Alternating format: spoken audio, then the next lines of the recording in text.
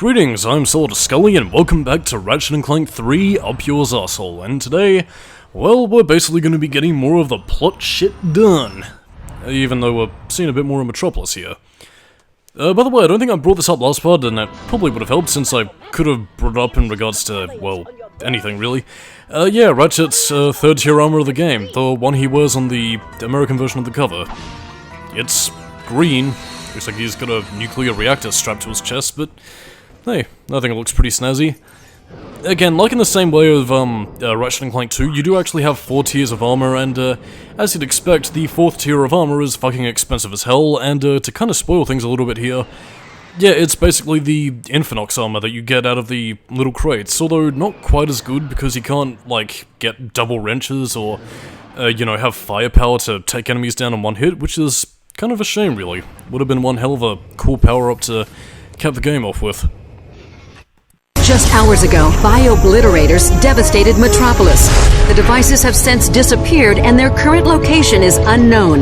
Galactic citizens are in a state of hysteria, reacting to news that Dr. Nefarious is planning identical attacks across the galaxy. We're live from planet Marcadia with the Galactic President. Mr. President, how will the attack on Metropolis affect your chances for re-election this fall? I'm glad you asked, Darla. Our demographic research indicates that robots will make up 100% of the galactic population by this time next week. Now, of course, that's great news for my re-election campaign because, as you know, I'm half robot myself. I don't believe this. Everyone's acting like Nefarious has already won. Maybe he has. If we don't find those bio-obliterators soon, we're all gonna be robots. Not that there's anything wrong with that. Wait a second. Before the Star Cruiser blew up, didn't Qwark say he was trying to find something? Yeah. It's a long shot, but I guess it's worth a try. The cruiser went down on planet Zeldrin. We'll go check out the crash site. Maybe we can find what Qwark was looking for. To the ship. And also, Ratchet, you got a little something to say there? You know, the whole world will be robots, and you don't really like that? Yeah, Clank might be reconsidering his friendships and allegiances. Yeah, but then again, Clank is, you know, Clank's a pretty progressive guy, man. He accepts all living beings, except for, you know, good old racist Ratchet there. Yeah, but yeah, something to point out with Zeldrin, we got a few interesting things to talk about in regards to, I mean, this is the planet itself. The spot, yeah, I was about to call it the Spartan. The starport that we were at before was actually a space station. This is the planet itself, and, again, if you'll actually pay attention to the music, though you probably can't hear it over my waffling commentary and the carnage on display, yeah, this is actually a remix of Planet Umbris, which was where Qwark's base was in Ratchet and Clank 1. I believe there's a bit more different instrumentation to it and like a lot more, you know, instruments to it. But yeah, it's a pretty cool song. Unfortunately, though, Planet Zeldrin is in and of itself another. It's another part of, like, sort of level that's kind of chock full of enemies and Ratchet has to blast through it, and again, if it wasn't for how, well, responsive and fun the gameplay was, yeah, I might be questioning this a lot more than I would have been otherwise, but I don't know. Like, I mean, this might be a choke point for a lot of people, especially considering how overly stuffed this place is with enemies, but again, you have plenty of tools at your disposal at this point, and, well, I mean, at this point, the Rift Ripper should be your best friend, and, use it really well. Oh no, by the way, there's also an Inferno crate hidden above there. Again, should have made the placement a bit more obvious, but alas, I guess that's what the platforming is for. I wouldn't say this area would have been so bad, but they just tend to throw like a lot of the big fucker enemies at you, so again, you usually tend to get overwhelmed pretty quickly by virtue of, you know, the big fuckers just completely screwing your mojo up, so yeah, not really much to say about that. Now, there is one thing I want to talk about, actually. When you get closer to the starship, you can actually go inside the, remnants, and, as per Skully's fun fact of the week, day, whatever the fuck else, yeah, there was a little device known as the there's a little device known as the nanopack waiting inside. It's a small hidden gadget, and one that you actually kind of acquire by going inside that little alcove, right beside where Ratchet is now. Use the swing shot, zip up there, use the gravity boots, and you'll find the nanopack, which is basically like, I guess if I could equate it to anything, it's like the Kingdom Hearts equivalent of Second Chance, where, like, I mean, if you basically lose all your health, Ratchet gets like a little boost of health to save him in a pinch and an emergency. but again, of course, you have to refill that back up. I guess another equivalent would also be like a sub-tank or something, but... yeah, that's pretty much the closest equivalent I really have to it. But I mean, yeah, like, I mean, you don't really notice it being there all that much, mainly because of the fact that, well, it's just kind of hidden, so out of the way that you don't really tend to think about it that much, so... I think its placement probably could have been a little bit, better placed in my opinion, but then again, there is a reason for that, and, well, we're gonna be getting to it after this cutscene.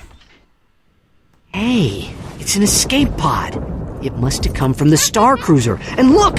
Footprints! Someone else made it off that ship alive. We must have just missed them. This pocket crotchetizer is still warm. Ew. A call was recently made using the pod's emergency communicator. There is a recording. Supernova taxi. I need a cab to come get me right away. Whoa, this must be my lucky day. So where can I pick you up, sweet cheeks? I'm on planet Zeldrin. Just look for the gigantic wrecked Star Cruiser. You can't miss it. Wrecked Star Cruiser, huh? You sound like a girl who knows how to party. What say you and me go to the cyber disco later on? Watch it, buddy. I mean, don't get fresh with me. Well, sorry, lady. I couldn't help myself. I mean, a woman like you in a dress like that. Oh, this is something I threw together. So where you headed? I'll tell you that when you get here. And if you keep this quiet, there's another 5 bolts in it for you. Oh, one more thing. You happen to have a spare charge pack for this thing. P20 crotchetizer, huh? This gets better every second. I should have known. What? That Qwark had a sister? Huh? No, that he's still alive. That was Qwark. Oh. But why did he not report back to the Phoenix? Because he wants us to think he's dead. I don't like it, Clank. Until we know what Qwark is up to, we should keep this quiet. If the Q-Force finds out that Qwark ran out on us, they might lose hope. I understand. I do not like it, but I understand. Hey, what's he got there? It is a data disk. Qwark must have taken it from the Star Cruiser. That must be what he went back for. Let's get back to the Phoenix and decode it.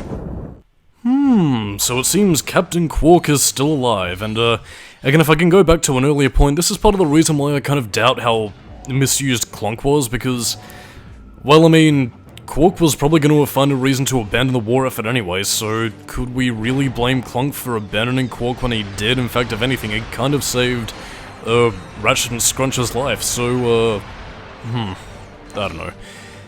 It's just a bit of a snafu, and I guess another thing to talk about while it's still relevant, Qwark being a bit of a cross-dresser and, the Supernova taxi guy wanting to, you know, get busy with him. Yeah, just, going back to this game in recent years, just kinda makes me think about how a lot of the humor, especially in this day and age, probably would not fly today, like, whatsoever. Like, I mean, I'm not sure if it really would have even flied back then, but, like, I mean, I don't know. With how risque the classic Ratchet and Clank games get, like, I mean, it's funny, but, like, at the same time, you just wonder if we'd be able to get away with it as much. But anyway, to go back to an earlier point with the nano pack, yeah, initially you were actually going to be able to win that via another turbo slider race, because there was going to be a racetrack where you would get that as your prize. I don't know who you would have met there, like, possibly, actually no, Skid's a robot at this point, so it couldn't have been him. I guess maybe like a random inhabitant, or possibly, I don't know, maybe some robots or something? I don't know, but yeah, that's just an example of the cut racetracks. There was no, like, in-game stuff for that anyway, but... Hi, Sarge. We were wondering if maybe you wanted to come hang out with us on planet Iridia. It is H22's birthday. We're having a party. I don't know. Sounds more like a battle than a party. I told you he wouldn't go for it. You guys just hang in there. I'll be there as soon as I can. Oh, those meddlesome robots. But yeah, there is no turbo slider track data in the game, or even the Insomniac Museum. There might be some concept art floating around there, but who knows. And something you also might have noticed is that Clank is now in his Secret Agent Clank gear, minus the bow tie, because I guess that's a texture specific towards the Hollow Star Studios thing. But yeah, you can basically access this using the cheat code feature, and similar to Ratchet and Clank 2, you get access to that by basically getting skill points and getting extra cheat codes as you go. A lot of that is basically just small stuff, like, I mean, if you press the quick select button, you can basically have Ratchet have this whole little, like, matrix spin around feature. You can have Clank turn into a Secret Agent Clank thing, you have big head mode, where the heads get very big. And, I think it was another one called All Ships Turn into Flying Ducks. You know, like, a bunch of little fun, goofy shit like that, which, again, is a reminder of an era long since past, and sadly will never be again. I don't know, like, I mean, you do sometimes, like, still see this, and to be fair, Insomniac is probably one of the few companies that does still do, like, a lot of goofy shit like this. I think particularly in the PS4 and 5, like, Spider-Man games they made with, you know, Spider-Man and Miles Morales and shit. I don't know, but, like, they're the only real company that does it these days, and that's, yeah, that's just a bit disappointing, really. But again, Galactic Rangers, and we're going to a returning planet, Planet Iridia, except this time we're not on a construction site in the middle of the night, now we're instead, what appears to be an outpost. So, yeah, what exactly Iridia's functionality is, I have no idea, but I guess when it comes down to planetorial? Is that the right, pluralization of that? I don't even know if what I'm saying are even words anymore, but, whatever. The point is, it occupies a place in the galaxy which is a territory worth conquering, so I guess we're gonna take the power back. I'm not really too sure of the specifics, but this mission is really easy. Just power your way through, get to the hover ship, and, that's it. Some of the missions actually do get a little bit bullshit hard. Not the next one, actually. That one's actually reasonably easy, if a little bit more, jam-packed with the more powerful enemies, bearing in mind that they are also, you know, bioorganic obliterated, thanks to the bio-obliterators, so, again, they are a bit tougher to take down. Relatively speaking, of course, I mean, you are in the gargantuan beastly power that is the hover ship, but, again, the Galactic Rangers can't really say the same, because they are weak, like spaghetti, and you must protect them from breaking like weak spaghetti. Oh, whatever the fuck. But I mean, otherwise, it's, Planet Iridia as you've never seen it before. It's the middle of the day, you get to see more of the settings, there's none of that mud sinking bullshit, so... Yeah, and this is also another example of where you can use the turbo slider. I believe there's actually a skill point in this level where you can, drive it around for a little bit, jump up on the ramp, and actually get some airtime, and, the longer you stay in the air, the more you get a skill point. But again, I guess to also elucidate a little bit more, this is pretty much the final Galactic Rangers, mission, and by doing all of these, you get a trophy, which is, fuck, what was it called again? A Friend of the Rangers, I think? Again, it's pretty much in the shape of the Gatling guns you'd encounter with the rest of the turrets, so, yeah, that's, there you get that. Like, I mean, you don't have to go out of your way to get the trophies or even do a lot of these missions. Like, the only two Galactic Ranger missions that I think are really mandatory is the one to get the... I think it's the presidential one, the one to get the gravity boots, and this one, where you get a pretty interesting, if scaled-back gadget from what it was initially going to be, but I'll stay my tongue on that until the next part, so stay tuned. But I mean, apart from that, it's Planet Iridia, as you know and love it. Also, again, to talk about visual differences in the HD collection, yeah, they completely fucked up the water effects in this level. Like, it's, like, as you can see here, there was an attempt to make, like, a flowing body of water, but in the HD collection, they actually had this whole thing basically move with the camera and characters, so it's instead like the water is moving with Ratchet around it, rather than, you know, reacting as, like, elements of its terrain, so, yeah, just... And again, it's, like, not the only thing as well. Like, I mean, I believe also in the Nefarious Qwark vid comic thing, like, some of the particle effects on Nefarious' like, smoke cloud of death, like, also look a little bit shittier. Again, it seems to be mainly just, like, particle effects and, a few textures here and there, and, of course, the Ratchet helmet hovering 2 feet above his head that kind of gets fucked up. I mean, I think I recall a comment from, I think it was, like, Precise Climber all the way back in the Sly Raccoon commentary that brought out some of the texture differences in HD versions compared to their PS2 counterparts, but I don't know, it seems like some developers handle it a bit better than others, because, I don't know, I don't think the Ratchet and Clank or Jak and Daxter HD collections really pass a muster, to be honest. Well, then again, the Sly Cooper HD collections, Yeah, well, the jury's still out on that one. Like, I mean, there are a lot of visual glitches in that one, but, like, I mean, the games still play fine, so, who knows, really. But in any case, I would say this is probably one of the more bullshit missions, or the one that takes a lot of time to complete, because you have a lot of the powerful enemies, and, basically, the only ones you really need to worry about are the big green fuckers with the BFGs, because you're just gonna take them out. I'd mainly recommend using the, flux rifle to take them out, but then again, you gotta get in close, and then you have enemies to deal with, and then it's just a bit of a pain in the butt. Then again, the turbo slider does make things immensely easier, but then again, you've got powerful weapons, and this thing isn't really armored that well, and also you're shooting the gun despite the fact that you have no gunner, so how is it firing, unless of course we have a ghost?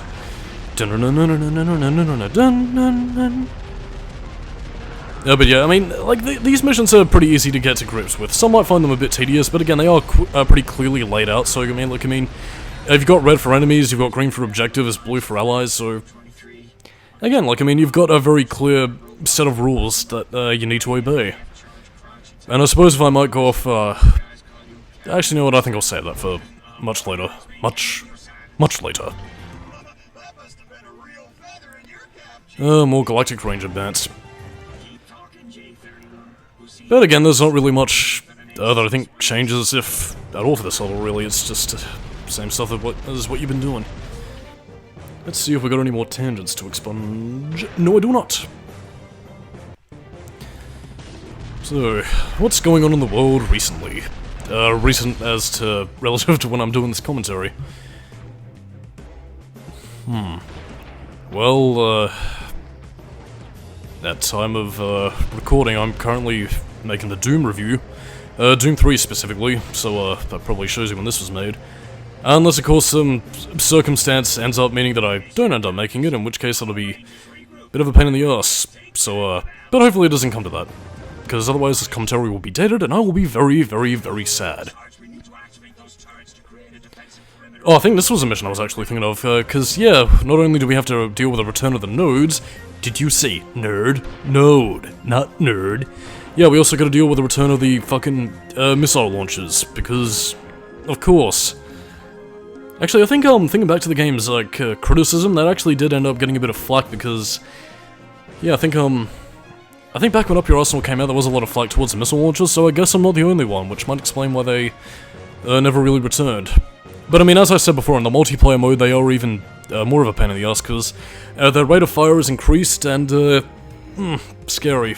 You really don't want to go near the bases with a hover ship in, the multiplayer mode, because they will whip your buttocks in no time flat. And that's pretty much the Galactic Rangers' excuse for basically not helping you out, because they're cowardly fucks. Then again, it's gotta be you. I suppose to continue talking more about the, Jesus Christ, that fucking screen tearing. Do apologize for that, I'm having all sorts of issues with this, game recently. It's more to do with the recording, really. Just issues I gotta sort out. But anyway, to talk about the weapons of Ratchet and Clank 2, actually, I did mention beforehand that if you go to Simcognito, which is the only place where you can get them, you do get contacted by him periodically throughout the game, and he's basically your means of getting these weapons for free. But not only that, they've also, I guess maybe it's implied that he modified them to upgrade 5 times, similar to the Gadgetron weapons, and on top of that, yeah, you'll basically be getting access to more of your Ratchet and Clank 2 weapons throughout the game. Like, I mean, you not only get the mini turret gun and the liquid nitrogen gun, but you also get stuff like the bouncer, you get the shield charger, and the plasma coil. And again, being some of my favourite weapons in Ratchet and Clank 2, it's good to see him back. But again, like, I mean, I guess the only real bugbear I really have in regards to that is that you don't really tend to get them until very late in the game, so... Especially the shield charger, you don't get that until, like, the final part of the game, so... I guess maybe that was more so developed in the sense that you get, like, skill points, and even then, the shield charger doesn't really upgrade as efficiently as some other weapons do, so... Yeah, you're gonna be spending a long while on that. But then again, I suppose that's also meant to imply that you go after the stuff of, like, Annihilation Nation, or... sewer crystal hunting, so maybe that's what it's meant to imply, but I mean, if you've been doing that along the way with the rest of the stuff you've been doing here, then, what are you doing? But yeah, for the sake of just, ensuring that I don't expunge all my tangents too quickly, I'm basically going to be saving the very end of this and basically the beginning of the next segment a little bit later, because we did get that data disk, and we, as you'd imagine, with Captain Qwark's abandonment, well, there's a bit of a caveat to that. And of course, we'll finally get to hear the rest of the epic Captain Qwark story, before the days of the Ratchet and the Clank, and the lady with the changing love interest for Ratchet, because it was first Angela, but then it became Sasha, then it became Hydro Girl, as implied by Deadlocked, and then it became Talwyn, and then it became nobody actually, because of the 2016 reboot. Unless maybe that, like, mysterious metal arm Lombax chick from Rift Apart, if that's in the same timeline, possibly, I think. I don't know, like, is that game confirmed to be in, like, the original timeline, or, like, the 2016 reboot? Whatever. I guess we'll find out when the game's released, but on that note, I'm Solidus-Skully, keeping new metal, and next time on the Ratchet and Clank 3 Up Your Asshole commentary, we'll find a platinum bolt under there, and I will see you next time. Bye-bye. I'm pulling your own weight next time, Sarge!